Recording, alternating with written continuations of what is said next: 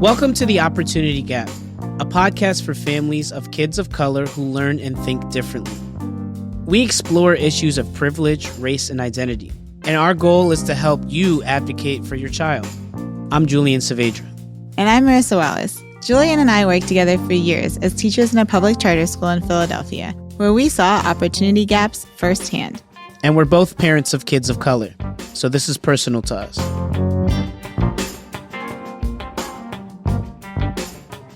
Hey, Julian, how are you? Chilling. What's going on? I'm sure you're chilling. I heard you had a day off today. That must be nice, a nice Thursday off. Yes, it was the first day off without children in I don't know how long.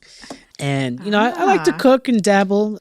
So I made a tomato soup, 4 different types of tomatoes and some basil from the garden. See, Marissa, you know I got down like that, did you? Oh, my goodness. I guess it's just the jealousy of the time that you had to make that delicious tomato soup when I put chicken nuggets in the air fryer for my family. Well, to each his own. That sounds amazing. If you freeze any of that tomato soup, you know, I'll try it out next time. It'll be gone by the time it'll be gone. you get here. It's probably left. gone right now. The kid's probably eating it while we're recording. So, man, I'm excited for today. Andrew is in the building. What's up, Andrew? Julian, I'm always here. By the way, the air fryer is probably the best kitchen appliance ever invented. I use it all the time. Absolutely. Most valuable player. Like it literally got us through the pandemic. So thank you, air fryer. So going into today and our conversation, Andrew, what are we talking about? Yeah, so this is a topic that you all have asked that we take on, and it's the question of whether special education differs in wealthy schools versus so-called low-income schools. I've been with Understood for a bunch of years, and we answer a ton of emails. And let's be real, most of the emails are from white, affluent parents, not all of them. And for this show, I pulled some of the hardest parent questions about this topic. I just have to warn you, these are pretty uncomfortable questions, but I think they will be really interesting and important to get your perspective on. Excellent. Great. And it's okay to have uncomfortable conversations. We're not asking those questions, then we're not going to really find any solutions. And I think it becomes more comfortable when you talk about it. When we explain what special education is, when we explain what an IEP is, an individualized education program. Like, there's so much power in having something individualized to meet needs of students. Right. So what's our first away. question? Okay, so here's the first question. If my family is in a wealthier school district, a more suburban school district, will the services in the IEP for my child be better than if my family is in a low-income school district?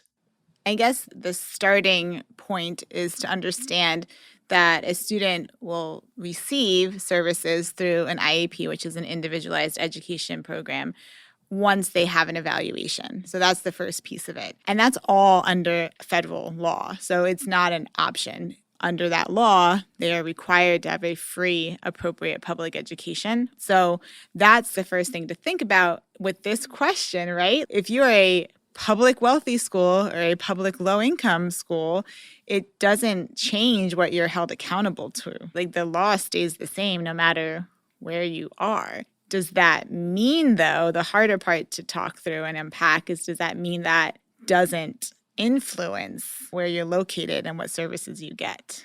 Here's where I want to open up some thoughts for a second. Number one, there's a lot of misconceptions about what happens in a quote-unquote low-income district. A lot of people that are not in the education world normally only have their exposure to schools through friends and family and by word of mouth or by what the media tells them.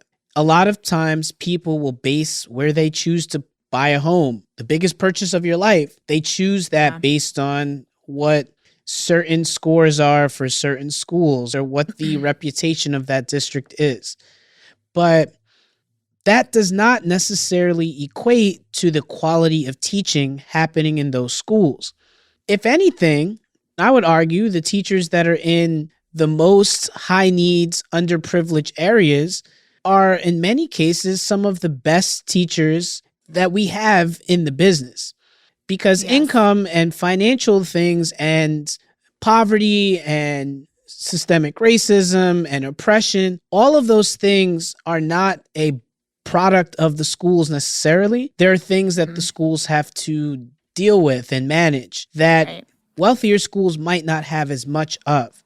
When it comes to what's happening in the building, we can't just blanketly say that there's going to be a vast difference in the quality of teaching and the quality of the experience of a typical student in a wealthy versus low-income school. And I agree with the statement as far as like the quality of your educators. I think an area to talk about, though, is access to certain actual opportunities depending upon the district. I just had a conversation with a parent, and she explained to me like her rationale for doing exactly what you said, Julian. She chose to move to a wealthier school district in the thought that her child would be better served because of the access to supplies and the access to technology and computers and things of that nature, that she knows her kiddo needs assistive technology.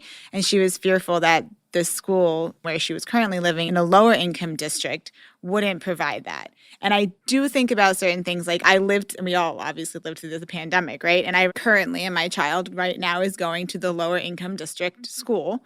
And the kids at the district that was wealthier, they already all had laptops. So when everything went virtual, they didn't miss a beat. Kids had their laptops, they picked them up, that's it. My kiddo's school district that he's in now, when this all happened, it was months before kids had laptops, months, because they had to actually physically get money and funding to have laptops. Right. So I think there's access issues. And that's the hard part, because I think there are fantastic educators, especially working in a city school for the majority of my career. I agree that like the best humans and the best educators, I 100% believe were in the schools that I worked in. I've never worked in a wealthy school district. Then let me ask you this one. Yeah. So Lincoln, your son, he's multiracial. Mm-hmm. So if you had the option, would you keep him in the place you're in where there's not as much access to technology or those types of resources as quickly as the wealthier district, but he might be in an environment that's more diverse, that might be more reflective of his culture? More often than not, wealthy districts are also very white districts. The way this country is, there's not many majority minority districts that are also wealthy. Like it doesn't exist. Like there's not that many out there. So if you had a choice, would you put him in a situation where he might be one of two people of color in a class of 25, but they have all the resources in the world, they have everything they need? Or would you keep him in the spot that he's in where it's more diverse, but he might not have the fancy new laptop or the MacBooks and all that? Jules, this is so... You and I have been having this conversation since our kids were babies about school. And so I can honestly, now that it's happened, right? And I'm really happy with the choice that we made of keeping him at what, again, is termed the low-income district in our area. And one of those reasons absolutely is that idea of diversity. Like he's one of 20 kids and he has every race, truthfully, in his class and in the overall kindergarten in general. He does not have a laptop yet. So I know that his cousin who goes to the wealthier school already has theirs and brings it home and all that jazz. But I'm really happy with our choice because, one, he's already talking very openly about others and different cultures. And two, like, there is something to say. He has an amazing teacher. Mm-hmm. And so, like, that's the hard part, right? You never know who your kid's teacher is going to be. And we both know as educators, the relationships and the ability of your teachers to have strong classroom management, all of those other things are really more important. A lot of times for me anyway, as a parent, I want to see that more than any item. Because you can give my kid a computer and be like, okay, now go ahead and teach yourself. Or you can have an amazing teacher like Lincoln has, who each day is actively there, like putting on a show, teaching these kids to read, and in 2 languages, right? They're a multilingual classroom. So I'm very happy with our decision. And being fully transparent, he went to preschool in the wealthier district, and 2 years in a row, both of his years of preschool, And he was the only child of color in his entire preschool for 2 years. And both years, his teachers made comments about his behaviors and how much energy and how it was hard for him to sit still and keep his hands to himself and all that. Right. To the point that last year, his teacher suggested that she's like, I know you're in education, so I'm sure you'll have a conversation, but you might want to hurry and get him evaluated as a kindergartner. And I just was like, oh, okay, thank you. But this year, none of that. The teacher has never mentioned, she hasn't passed any judgment about his ability. And of course, if that's something he needs, we'd be on board and we would do it. But it's just ironic to me how like two teachers in a predominantly white, very suburban, wealthy district were very quick to tell us that our 3 and 4-year-old was potentially going to need services, right? And now he's school-aged in a school that is more diverse and low income. However, I feel like he's thriving. So Gotcha. That's a conversation that every parent and every family has at some point when you're deciding like where are you going to settle, and the school environment usually is one of the bigger drivers of that decision. When you're out there thinking about where are you going to set some roots, really think strategically about your own values as a family. What is important to you? And to dig deeper into that question of like the IEP, will it be better in a wealthy district? Will it be better in a low income district? it depends. What does that word better mean? Yeah. For some people, having the resources and having the technology is going to be really important. So maybe that's better to you. And for some people of color, being around people who are diverse, and for some people that are not of color, that choose to actively put their kids in a situation where they might grow up differently than they did. That's something that's also really important too. So it's really about deciding as a family what's important. As you were talking, just a thought popped into my head though that I think is extremely important. You and I are talking because we have choice. We have to keep in mind that not all families have choice. Not all families can sit there and make this decision to move to a wealthier district, and that shouldn't be what we're telling families.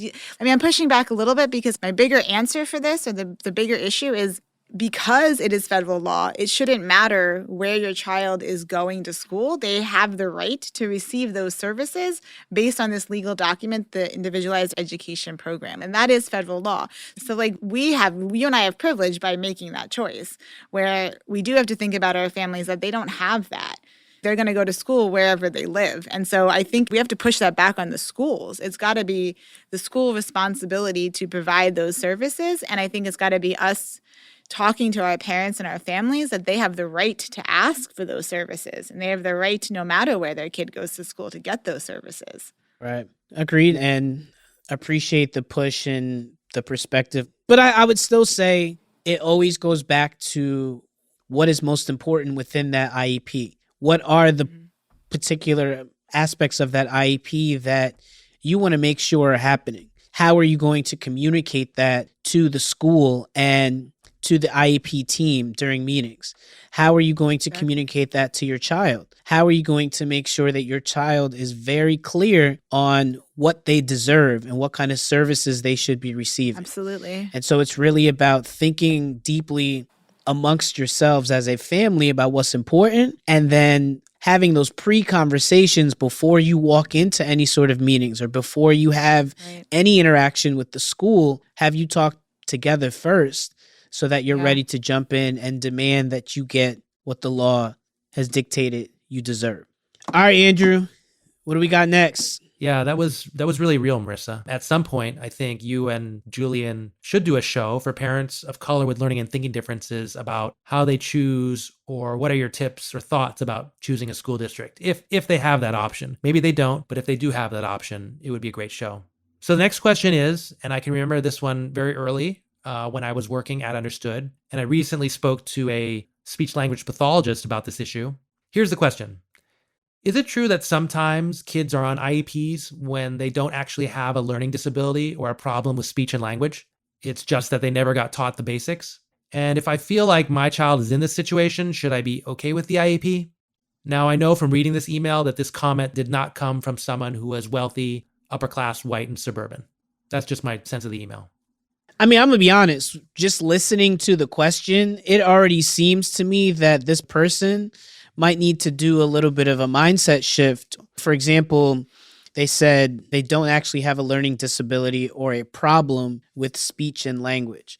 Anytime we talk about learning and thinking differences, it's about differences, not necessarily a deficit. So when I think about this person, I'm thinking that they need to think about what do they think special education is? How do they feel about IEPs in general? And that's a journey for everybody. I know for a fact that there's many parents that think about the words or the acronym IEP and they automatically go to, oh, something's wrong with my kid. They automatically go to, I don't even want that. Don't label them this, because that means they're going to get tracked or they're going to get put in a different place. And that's a societal thing that for many years, there's always been a negative connotation when it comes to special education. And so if I'm a person that is wondering, should my child be identified and what was the process for them to be identified, I might be asking myself, well, how well do I know my child's abilities? What part did I play in the initial evaluation process? Like, was I there and present for all of that? And then have I been tracking their progress as clearly as the school has been tracking it? So it really puts it back on the parent to figure out, how well do I know my kid? And how well do I know their learning style? And how well do I know their abilities? And what is it that's making me question whether or not they should have this IEP or not? Marissa, thoughts? You did an excellent job speaking on what gets lost in this whole process a lot of times, which is like, what's the cause? What's the cause? What's the why behind my kid needs this? And I think my short answer is, yeah, you should be okay with it. Because again, like an individualized education plan cannot be a bad thing. So like, I think there's a lot of different ways in which this can feel worrisome and troublesome for families who are like, well, maybe it's just they're just missing some fundamental skills, or maybe their kindergarten and first grade teacher was not that great and they didn't teach them things, and now they're fifth graders and they still don't know how to do math computation. There's a lot to unpack, but I think that it shouldn't be a bad thing. Like, it shouldn't be something that people shy away from. If it's something that's going to help your child to learn, and if it's something that's going to help them to make progress, which is exactly the purpose, right? Like, we want our kids to make progress in the educational system. We want them to learn. I do feel like this question needs a mindset shift, but at the same time, there's so much variability, and there's also subjectivity in doing the evaluation process. So like there's we don't, I don't know. You're right. Your kid might have just been labeled because of an actual need, or they might have been labeled because maybe they had a bad teacher. And I hate to say bad teacher because that's like, there's no bad teachers, but it's a good movie. It's definitely a good movie, but an effective teacher. Effective. Thank you. I'm like, I don't like using the word bad teacher. It just sounded wrong because I know everyone's out there trying their best to be amazing teachers. Okay. Wow. That was a pretty tough one. So this next question, based on the email, it seems like this person was at I don't want to say no excuses charter school, but I don't know what the right word is for the charter schools that are a little bit tougher or have more rules or discipline. So the question is, if my child is at a public charter school and they get identified for special education or an IEP, will something happen? Will they lose their spot? What's the downside here? Or is there a downside? Yeah.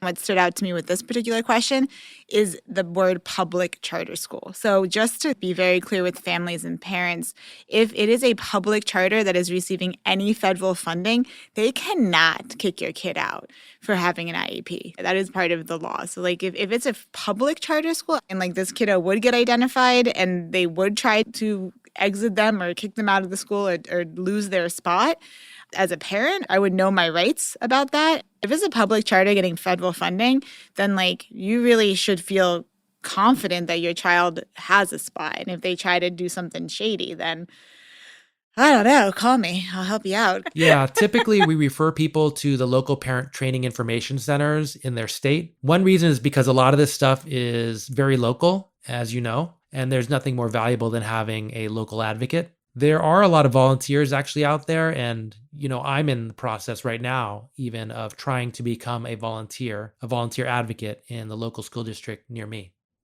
Here's the thing, with every charter network is different. And the way that charters are built and how their charters are written vary from city to city, from region to region. And so to say that a public charter school, like you could make blanket statements about that, it's just not possible because they're all very different. But if you dig into some of the research, you'll find that many of the no excuse model charter schools in their earlier days definitely had a harsher approach to discipline and management. And in many cases, especially in the earlier days, the population of students with special education services was much lower in charter schools than in traditional public schools. So you might have a typical public school with 25% of the students having IEPs, whereas in a charter school down the street, maybe 10% or 7% of the students have IEPs. And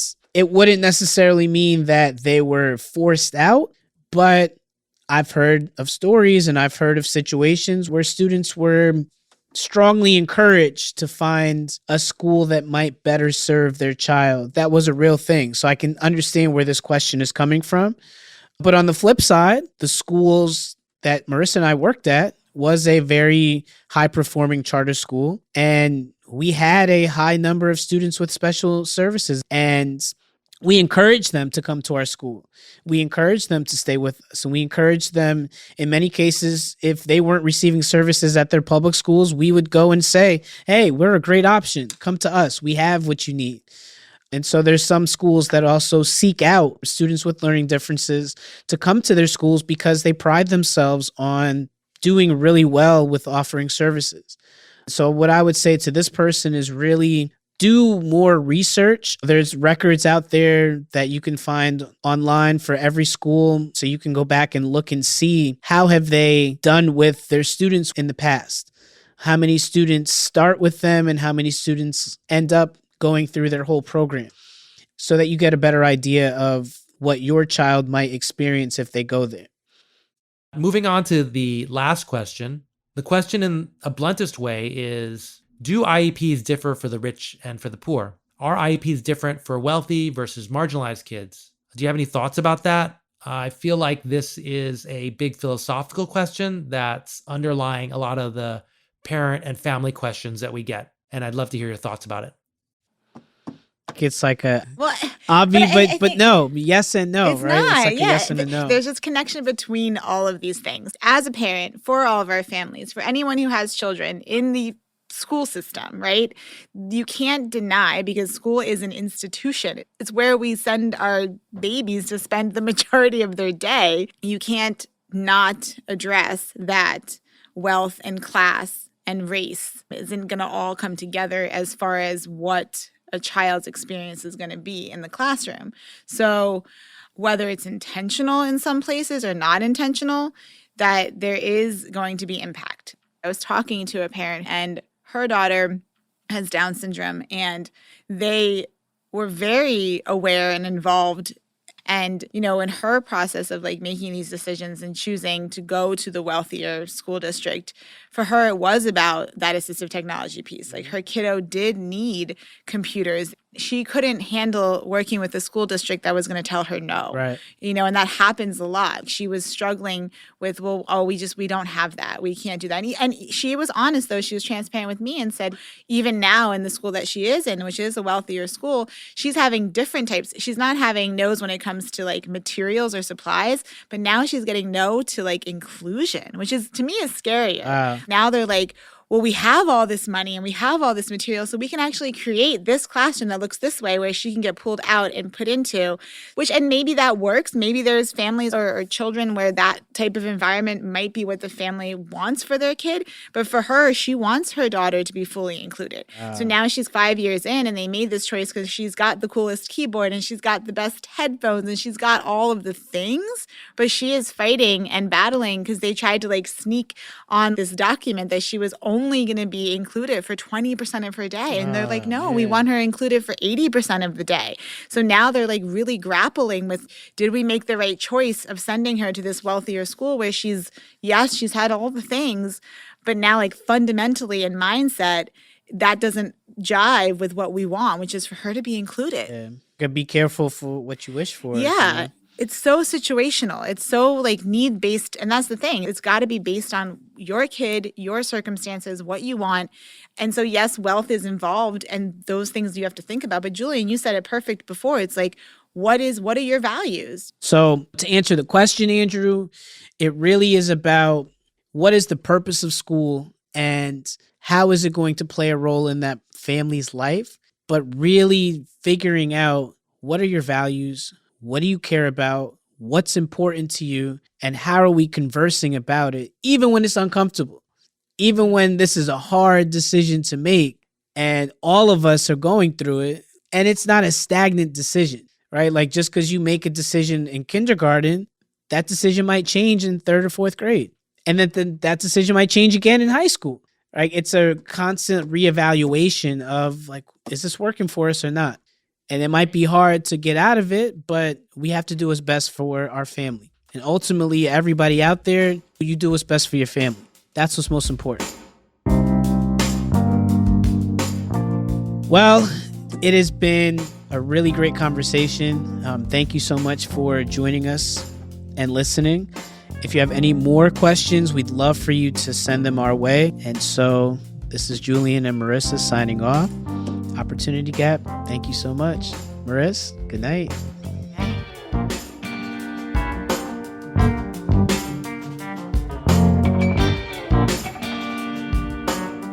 This has been The Opportunity Gap, a part of the Understood Podcast Network. You can listen and subscribe to The Opportunity Gap on Apple, Spotify, or wherever you get your podcasts. If you found what you hear today valuable, please share the podcast. The Opportunity Gap is for you. We want to hear your voice. Go to u.org/opportunitygap to find resources from every episode. That's the letter U, as in understood, .org/opportunitygap. Do you have something you'd like to say about the issues we discuss on this podcast? Email us at opportunitygap@understood.org. We'd love to share and react to your thoughts about the Opportunity Gap. As a nonprofit and social impact organization, Understood relies on the help of listeners like you to create podcasts like this one, to reach and support more people in more places. We have an ambitious mission to shape the world for difference, and we welcome you to join us in achieving our goals. Learn more at understood.org/mission. The Opportunity Gap is produced by Andrew Lee and Justin D. Wright, who also wrote our theme song. Laura Key is our editorial director at Understood.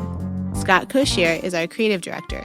Seth Melnick and Brianna Berry are our production directors. Thanks again for listening.